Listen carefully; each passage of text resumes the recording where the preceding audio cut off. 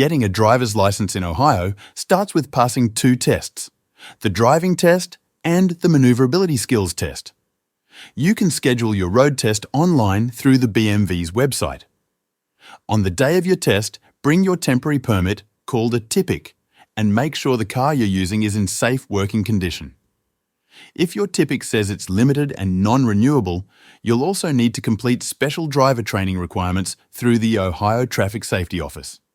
In that case, download and complete the 50-hour affidavit form and bring it with you to your driving test. The same rule applies starting September 2025 for anyone applying at age 18, 19 or 20. If you're 18 or older and you don't pass the driving test on your first try, you'll need to take an abbreviated adult driver training course before you can try again. For your second attempt, you'll need to bring proof that you completed the course within the last 12 months. You may also need a notarized 24-hour driving affidavit. Once you pass both parts of the test, you have 60 days to go to a deputy registrar license agency and purchase your driver's license. Bring the right documents with you, proof of your full legal name, date of birth, social security number, Ohio address, and proof of citizenship or legal presence.